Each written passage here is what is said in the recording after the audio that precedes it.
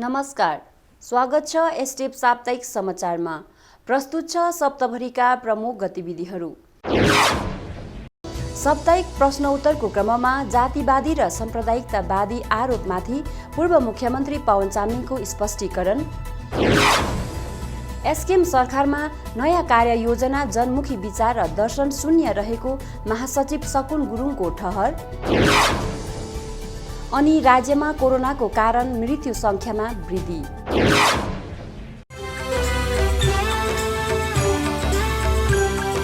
सिक्किम को मिला अब देश का द्वितीय सबसे बड़ा मल्टी स्पेशलिटी हॉस्पिटल। मुख्यमंत्री पवन चामलिंग ने सभी सिक्किम वासियों को निशुल्क स्वास्थ्य उपचार के अलावा सिक्किम के विद्यार्थियों को निशुल्क मेडिकल शिक्षा देने का किया है ऐलान।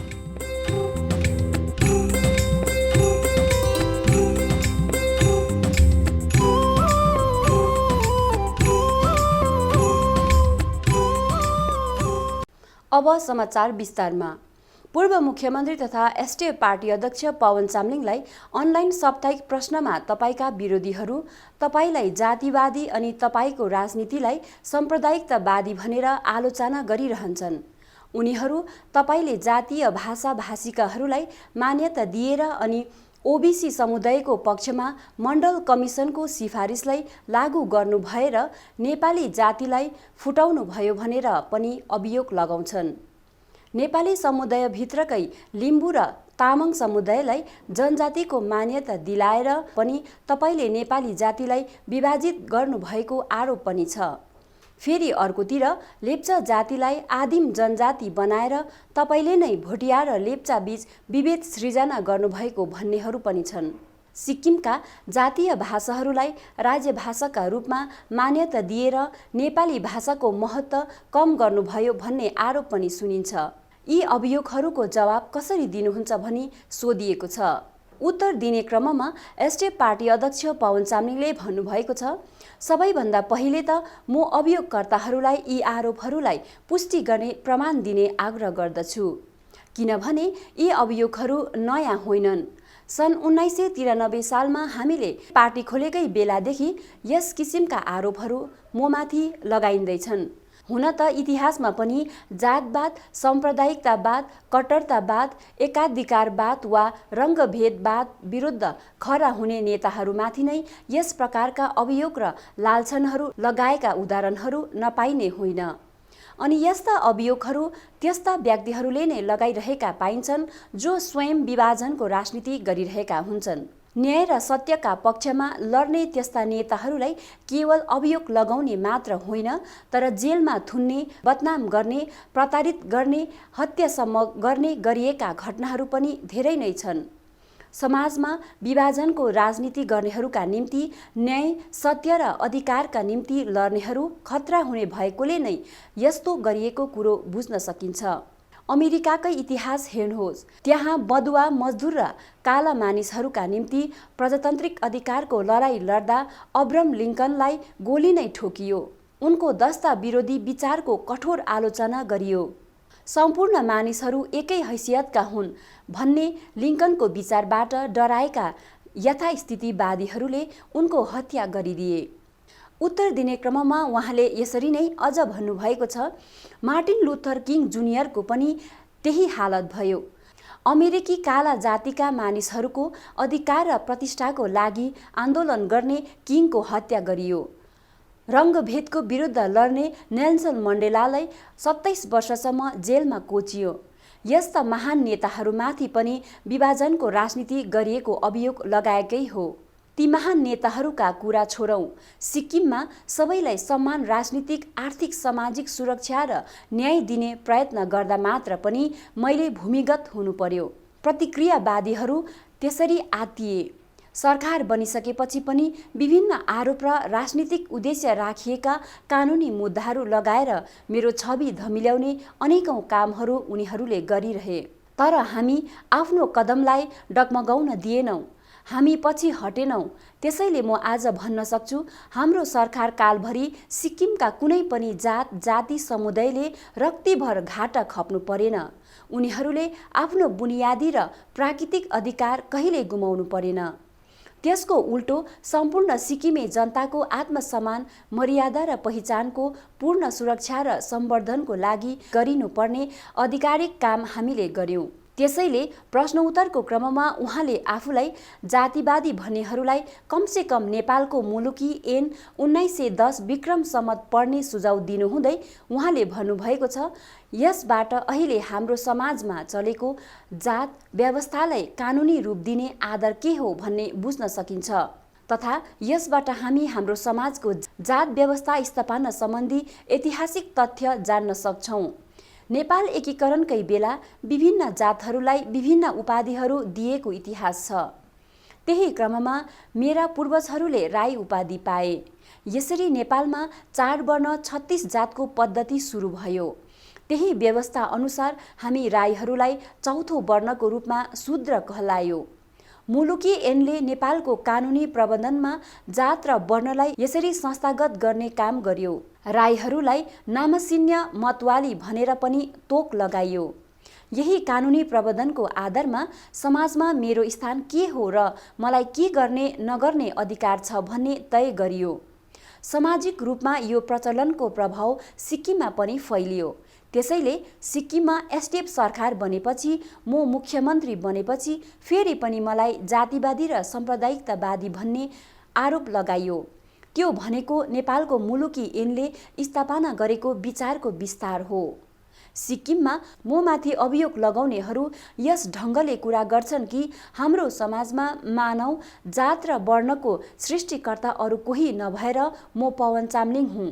तर अभियोग र आरोपहरू जे लगाएको भए पनि म को हुँ भन्ने कुरोको जवाब मेरो काम, विचार र इतिहासले नै दिन्छ भन्ने मलाई विश्वास छ। आफूमाथि लागेको आरोपलाई स्पष्टीकरण दिने क्रममा मण्डल कमिसनबारे यसो भन्नुभएको छ, त्यो केन्द्र सरकारले गठन गरेको आयोग र त्यसका सिफारिसहरू लागू गर्नु वैधानिक बाध्यता हुन्छ। तर यस सन्दर्भमा पनि हाम्रो राज्यका कति मानिसका कुराहरू सुन्दा मण्डल कमिसन मैले नै गठन गरेको र लागू गरे जस्तो कुरा गर्छन्। 1994मा एसडिएफ सरकार बन्नु अघि तत्कालीन सरकारले ओबिसीको मान्यतालाई राज्यमा लागू गर्न अस्वीकार गरेको थियो, जुन असंवैधानिक हुनसँगै सुप्रिम कोर्टको आदेशको अपमान पनि थियो। 7 सितम्बर 1990को दिन तत्कालीन मुख्यमन्त्री स्वयंले सिक्किम विधानसभामा प्रस्ताव ल्याएर राज्यका गुरुङ, मगर, सुनवार मुखिया, याखा, राई, लिम्बू अनि तामाङ जातिलाई केन्द्र सरकारले दिएको ओबिसीको मान्यतालाई राज्यमा लागू नगर्ने निर्णय गरेका हुन्। हामीले सरकार गठन गरेपछि भने सन् 1995मा सिक्किममा ओबिसी लागू गरेका हौँ। यसरी नै आफ्नो स्पष्टि दिने क्रममा पूर्व मुख्यमन्त्री पवन चामलिङले अझ भन्नुभएको छ, त्यसपछि हामीले क्षेत्री बाहुन नेवर समुदायलाई पनि केन्द्रीय स्तरबाट ओबिसी मान्यता दियोस् भन्ने माग राख्यौँ। यो मागलाई बारम्बार उठाउँदै पनि केन्द्र सरकारले त्यसलाई स्वीकार गर्न मानेनन्। त्यसो हुँदा 22 सितम्बर 2003 देखि हामीले यी समुदायहरूलाई राज्य स्तरमा ओबिसीको मान्यता र अधिकार दियौँ। यो निर्णयको कारण थियो बाहुन, क्षेत्री, नेवर समुदाय अन्तर्गत गरिब तबकाका मानिसहरूलाई अन्याय नहोस्, उनीहरूले पनि न्याय पाउन्। हाम्रो प्रचलित सामाजिक संरचनाको हिसाबले त बाहुन उच्च जातिमै पर्छन्, तर बाहुन समुदायभित्र पनि अरू समुदायमा जस्तै गरिबहरू पनि छन् र ओबिसी भनेको धनी वर्गको निम्ति नभएर गरिब वर्गको निम्ति दिएको सुविधा हुनाले हामीले त्यो निर्णय आफ्नो विवेकले गर्यौँ। यसरी बाहुन, क्षेत्री, नेवर समुदायले केन्द्रबाट ओबिसीको मान्यता नपाए पनि सिक्किममा हामीले उनीहरूलाई अनुसूचित जाति, जनजाति र केन्द्रीय ओबिसीकै समानुपातमा आरक्षण दियौँ। यसको निम्ति हामीले भोटिया, लेप्चा, जनजाति, केन्द्रीय ओबिसी र राज्य ओबिसी सबैलाई 22% आरक्षण दियौँ। संविधान मुताबिक केन्द्रीय ओबिसीको 27% आरक्षण पनि राज्यमा घटाएर हामीले राज्यका सबै समुदायलाई बराबरी 22% आरक्षण दिने व्यवस्था गर्यौँ। भोटिया लेप्चा बिएल विभाजनको आरोपलाई स्पष्टीकरण दिने क्रममा उहाँले भन्नुभएको छ, हामीले लेप्चा समुदायलाई आदिम जनजातिको मान्यता दियौं र यस अन्तर्गत उनीहरूलाई उच्च शिक्षामा 5% आरक्षण दियौं। बिएल समुदायले पाएका अन्य सुविधाहरूमा यो थप सुविधा हो। यो सुविधा पाइसकेपछि बिएल समुदायको कुल आरक्षण 27% हुन गयो, जबकि 2011 को जनगणना अनुसार उनीहरू 18.43% छन्।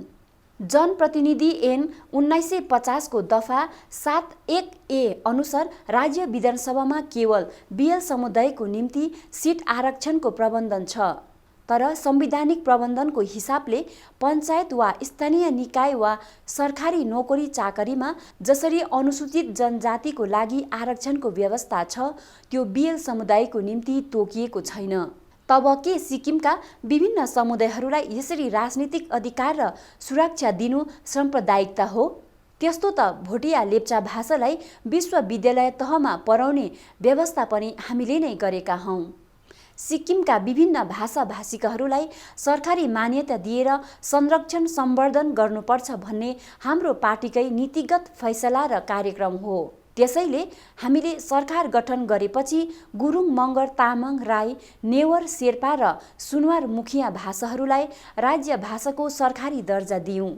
दुनियाँका अन्य भाषाहरू जस्तै यी भाषाहरू पनि हजारौं लाखौं वर्षको चलन प्रचलन विकास क्रमबाट अस्तित्वमा रहेका हुन्, तर आवश्यक संरक्षणको अभावमा यी भाषाभाषिकाहरू लोपोन्मुख अवस्थामा पुगिसकेका थिए। आज पनि विश्वमा हरेक दोस्रो हप्ता एउटा भाषा मर्दैछ भन्ने आकलन छ। त्यसैले सिक्किमका यी भाषाहरूको संरक्षण गर्ने धैर्यले हामीले त्यो निर्णय गरेका थियौं। नेपाली जनसमुदाय भित्रकै अल्प विकसित लोपोन्मुख यी भाषाहरूको संरक्षणले मूल नेपाली भाषालाई कसरी क्षयक्षति हुन्छ वा के खतरा हुन्छ, त्यो मेरो सामान्य समाजदेखि बाहिर छ। जहाँसम्म लिम्बू तामाङलाई जनजातिको मान्यता विषयमाथि स्पष्टीकरण दिनुहुँदै उहाँले भन्नुभएको छ, 1975 मा सिक्किम भारतमा विलय हुन अघिसम्म लिम्बूहरूको निम्ति एउटा चोङ सिट आरक्षित थियो। त्यसरी नै भोटिया लेप्चा नेपाली तीनै समुदायको निम्ति प्यारिटीको आधारमा आरक्षण दिएको थियो। त्यति बेला तीनै समुदायलाई सिक्किम सब्जेक्टको रूपमा मान्यता दिएको थियो र सोही अनुरूप राजनीतिक अधिकार पनि दिएको थियो।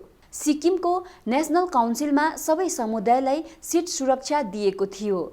सिक्किम भारतमा विलय भएपछि पनि 1976 मा केन्द्र सरकारले तीनै समुदायलाई जनजातिको मान्यता दिने निर्णय गरेको थियो, तर तत्कालीन सिक्किम सरकारले जनजातिको रूपमा केवल भोटिया लेप्चालाई र अनुसूचित जातिका रूपमा कामी, दमाई, सार्की र माझीलाई सिफारिस गर्यो र रहल सिक्किमे नेपालीहरूलाई त्यो अधिकारबाट वञ्चित गराइयो। 1976 मा गृह मन्त्रालय भारत सरकारका विशेष अधिकारी ओके मूर्तिले सिक्किम सरकारका मुख्य सचिवलाई 3 चोटि पत्रचार गरेका छन् र त्यसमा सिक्किमका जनजातिहरूलाई अनुसूचित गर्ने प्रस्ताव दिएका छन्। भारत सरकारको सो चिठीमा सिक्किमका कतिपय समुदायहरूको नामै पनि तोकिएका छन्। लिम्बू, तामाङ, गुरुङ, मगर, राई आदिलाई जनजातिको रूपमा अनुसूचित गर्न सकिने प्रस्ताव सो चिठीमा दिएको थियो। 21 जुलाई 1976 को दिन ओके मूर्तिले सिक्किम सरकारका मुख्य सचिवलाई पठाएको पछिल्लो चिठीमा लेखेका छन्, सिक्किममा मगर, गुरुङ, तामाङ, चोङ, सुब्बा अनि राई जस्ता जनजातिहरू पनि छन्। सिक्किम सरकारले यी समुदाय लगायत अन्य छुटेकाहरू भए उनीहरूका सम्बन्धमा पनि अनुसूचित गर्ने विषय पूर्ण विचार गरोस्, तर त्यसबारे उचित र जरुरी पहल गरिएन र त्यो अवसरलाई त्यसै गुमाइयो। त्यति बेला पनि नेपाली विधायक मन्त्रीहरू हुनुहुन्थ्यो, तर किन हो उहाँहरूले आवाज उठाउनु भएन? इतिहासमा यो प्रश्न अझै अनुत्तरित छ। फेरि 1987 मा केन्द्र सरकारले लिम्बू तामाङलाई ट्राइबल बनाउने प्रस्ताव दियो, तर यसचोटि पनि सिक्किम सरकारले त्यो प्रस्तावलाई खारिज गरिदियो। यसरी लिम्बू तामाङ समुदायलाई ट्राइबल बनाउने प्रस्तावलाई दुई पटक ठुक्राइयो।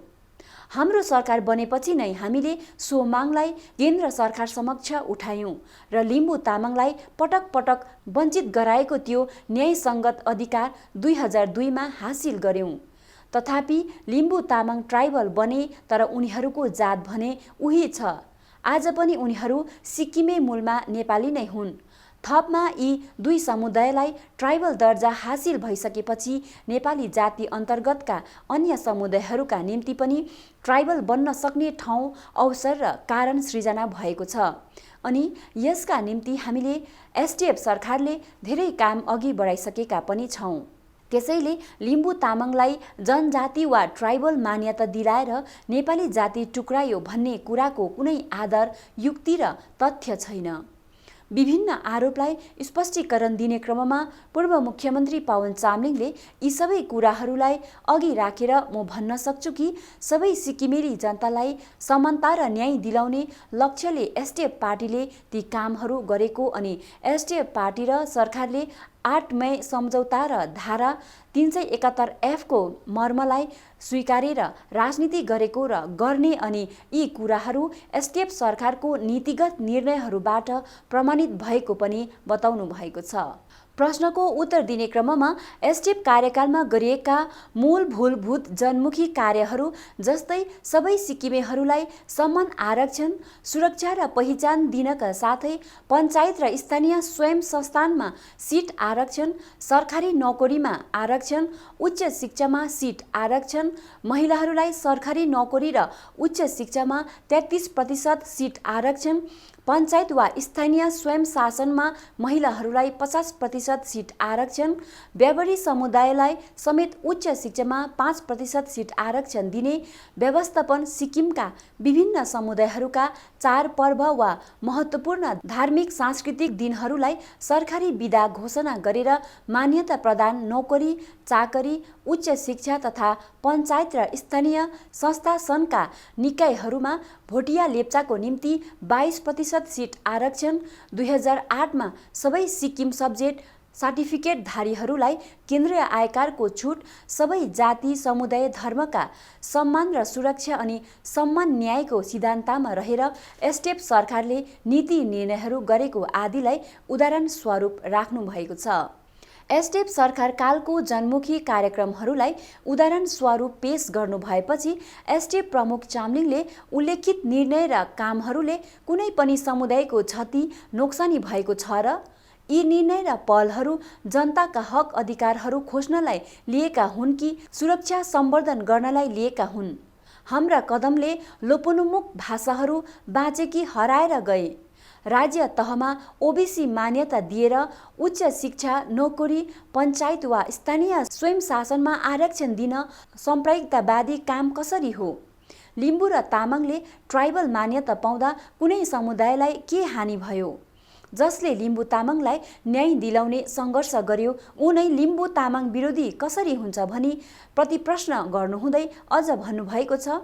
तर फेरि पनि जातिवाद र साम्प्रदायिकतावादका आरोप र लालछना लगाइन्छन्। यो उनीहरूको मानसिकता, सोच र विचारको प्रतिफल हो। साम्प्रदायिकतावादी शक्तिहरूको हातबाट जनतालाई मुक्त गर्न चाहनेहरूलाई नै उल्टो साम्प्रदायिकतावादी बताएर आफ्नो वास्तविकतालाई छोप्ने जाल साम्प्रदायिकतावादीहरूले गरिरहेका छन्। सुरुमा पनि भनेको छु कि जनताको पक्षमा न्याय, समानता र मानव अधिकारको लागि लड्नेहरू विरुद्ध यस्ता आरोप र लालछना सधैँ लागेकै छ। यो नौलो कुरो होइन। सामन्तीहरूको पुरानै प्रवृत्ति सिक्किममा पनि दोहोरिरहेकै हो। यो सिक्किममा आज पनि सामन्ती विचार र प्रवृत्ति मासिएको छैन र त्यो सिक्किमे समाजको निम्ति अझै पनि खतरा बनेर उपस्थित छ भन्ने कुरा पनि यसबाट बुझिन्छ। सिक्किमको धरतीबाट यो सामन्ती सोच र प्रवृत्तिलाई नउखालेसम्म सिक्किमको प्रजातन्त्रमाथि सङ्कट सधैँ मरारिरहनेछ। त्यसैले सिक्किमेली जनता त्यस्ता प्रतिक्रियाशील तत्त्वहरूको छलछलाउ विचारबाट होसियार हुनु जरुरी छ। प्रश्न उत्तरको अन्त्यमा उहाँले सिक्किमे जनता जातपात, धर्म, सम्प्रदायको विचारबाट माथि उठेर एकीकृत सिक्किमेको भावनामा अघि बढ्नुपर्छ। सिक्किमको हितलाई सर्वोपरि राखेर हामी एकबद्धता हुनुपर्छ र सिक्किम र सिक्किमेको भविष्यलाई सुरक्षित गर्ने काममा एक भएर लाग्न आग्रह गर्नुभएको छ। राज्यमा कोरोना सङ्क्रमण आजसम्म पूर्ण रूपले सकिएको छैन। यसको सन्तासले सबैलाई सताइरहेको छ।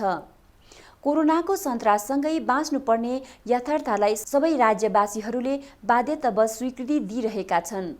यस्तो सङ्कटकालीन बखतमा एसकेएम पार्टी नारी शक्तिले सभाहरू आयोजना गरेर जनताको प्राणसँग हेलचेक्राइ गरिरहेको विषयमाथि एसडिएफ पार्टीकी चेली मोर्चा महासचिव सकुन गुरुङले ध्यान आकर्षण गराउनु भएको छ। प्रेस विज्ञप्ति जारी गर्नुहुँदै उहाँले यो समय सत्तारूढ दलले पार्टीको कार्यक्रममा भन्दा बढी सिक्किमेली जनताको आयस्रोत बढोत्तरी र जनचेतनाका निम्ति काम गरेको उचित हुन्छ भनी एसडिएफ पार्टीको पक्षमा सत्तारूढ दललाई सुझाव दिनुभएको छ। यसका साथै एसकेएम पार्टीको नारी शक्तिद्वारा आयोजित समन्वय सभामा विधायक सुनिता गजमेरले दिनुभएको एसडिएफ सरकारले नारीहरूलाई भेदभाव गर्दथे भन्ने बयानलाई महासचिव सकुन गुरुङले जारी विज्ञप्तिमा खण्डन गर्दै भन्नुभएको छ। विधायक गजमेरले यस प्रकारको आदरहीन बयान दिन अघि सिक्किमेली नारी जातिको उन्मुक्तिको इतिहासलाई अध्ययन गर्न जरुरी छ। राज्यमा एसडिएफ सरकार आउन अघि नारी जातिको अवस्था कस्तो थियो र एसडिएफ सरकार कार्यकालमा नारी जातिको विकास कसरी अनि कति भयो भनेर तुलना गरेर मात्र विधायक गजमेरले यस प्रकारको बयान दिएको राम्रो हो। एसडिएफ सरकार कार्यकालमा राज्यको समग्र नारी जातिलाई सम्मानित र मर्यादित स्थान प्रदान गरिएको अनि एसडिएफ पार्टीको समावेशी सिद्धान्त र सामाजिक न्यायको प्रतिफलले राज्यका नारीहरूले 25 वर्षको अवधिमा प्रशासन, राजनीति, शिक्षा, कला, साहित्य, खेलकुद, व्यापार व्यवसाय आदि अनेकौं क्षेत्रमा सफलता हासिल गर्न सक्षम बनेको लगायत वर्तमान समयमा राज्यका नारीहरूले हरेक क्षेत्रमा गरेको विकास अथवा तरक्कीहरू एसडिएफ सरकारको न्यायमुखी र समानतापूर्ण प्रशासनको देन हो भन्ने सत्यतालाई बुझ्नका लागि विधायक सुनिता गजमेरमा ज्ञान, उच्च विचार र साहस हुनु जरुरी रहेको विज्ञप्तिमा उल्लेख गरिएको छ। विज्ञप्तिमा अझ भनिएको छ, जनमतद्वारा चुनेकी प्रतिनिधि भएकोले विधायक गजमेरले एसडिएफलाई गाली मात्र गरेर जनताको अनादर भइरहेको छ। विधायक गजमेरले यस समयलाई जनताको हित र कल्याणको पक्षमा सदुपयोग गरेको राम्रो हो। यसरी नै विज्ञप्तिमा एसकेएम पार्टीद्वारा आयोजित सभाहरूमा पूर्व सरकारको निन्दा मात्र गरिने भाषण र बयानबाजीले एसकेएम सरकारमा नयाँ कार्ययोजना, जनमुखी विचार र दर्शन शून्य रहेको एसडिएफ चेली मोर्चाले ठहर गरेको छ। एसडिएफ साप्ताहिक समाचारमा यो छोटो विश्राम। सिक्किममा हेल्थ फ्री छ, दबाई किन्नु पर्दैन। बिमारी हुँदाखेरि सरकारले नै लगेर ट्रिटमेन्ट गराइदिन्छ। दिल्लीमा रेफर भयो भनेदेखि रेफर कागज बोकेर दिल्ली सिधै जाँदा भयो। तल दिल्लीमै पैसा पाउँछ, दिल्लीमा आरसीले पैसा दिन्छ।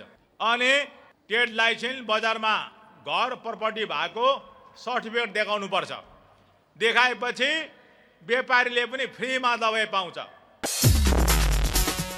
यो छोटो विश्रामपछि यहाँहरूलाई पुनः स्वागत छ। कोरोनाको कहर गाउँ घर, सहर, बजार अनि विश्वमा आजसम्म समाप्त भएको छैन। संक्रमणको सन्तास आज पनि यथावत रहेको छ।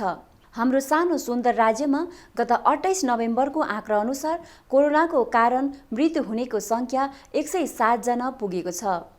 राज्यको क्षेत्रफल अनि जनसङ्ख्यालाई आधार गरेर हेर्नु हो भने मृत्यु संख्यादार अधिक रहेको बुझिन्छ। कुनै समय कोरोना संक्रमण शून्य रहेको हाम्रो राज्यमा मृत्यु अनि संक्रमणको संख्या बढ्नु चिन्ताको विषय हो।